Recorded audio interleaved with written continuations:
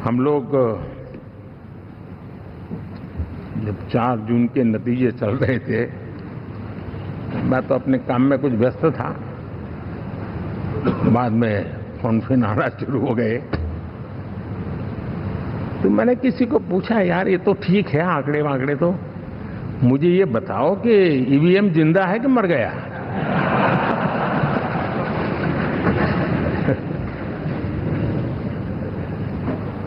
क्योंकि ये लोग तय करके बैठे थे कि भारत के लोकतंत्र और लोकतंत्र की प्रक्रिया के प्रति विश्वास ही लोगों का उठ जाए, और लगातार ईवीएम को गाली देना। और मुझे तो लगता था कि शायद इस बार वो ईवीएम की अर्थी क्या जुलूस निकालेंगे, लेकिन 4 जून शाम आते आते उनको ताले लग गए, ईवीएम ने उनको चुप कर दिया। ये ताकत है भारत के लोकतंत्र की, ये ताकत है भारत की निष्पक्षता की, ये भारत की ताकत है भारत के चुनावी तंत्र की, चुनाव आयोग की। और मैं मानता हूं कि ये आशा करता हूं कि 5 साल तो अब ईवीएम शायद मुझे नहीं सुनाई देगा, लेकिन जब 29 में हम जाएंगे तो फिर से शायद ईवीएम को लेकर के नाचने की शुरुआत करेंगे, क्योंकि इनके सुधरने की संभावना बहुत कम है। आप देखिए, चुनाव के समय मैंने पहली बार देखा, शायद हर तीसरे दिन इलेक्शन कमीशन के काम में रुकावट आए, इसके लिए सुप्रीम कोर्ट के दरवाजे खटखटाए गए, भांति भांति के एप्लीकेशन, और एक ही टोली थी।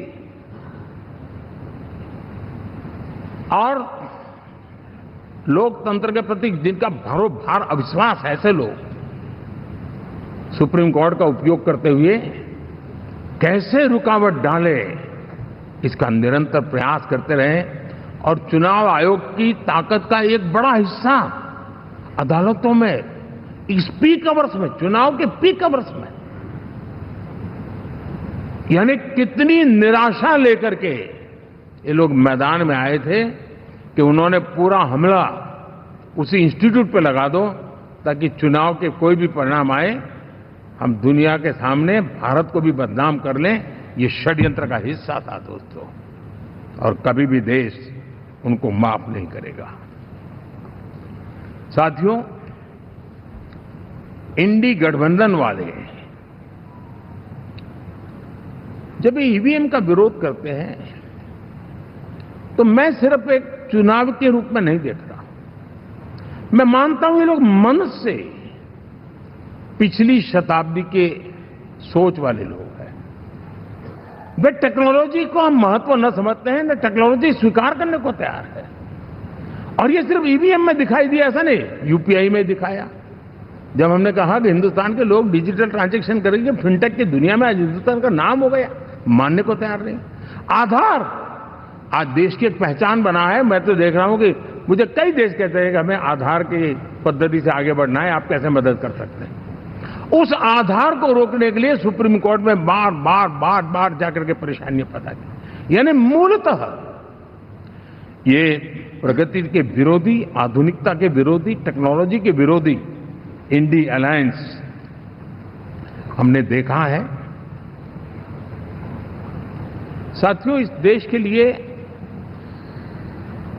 ये भी चिंता का विषय है कि विश्व में भारत के लोकतंत्र की ताकत को कम आंकने का प्रयास, और कितना एक्सट्रीम है।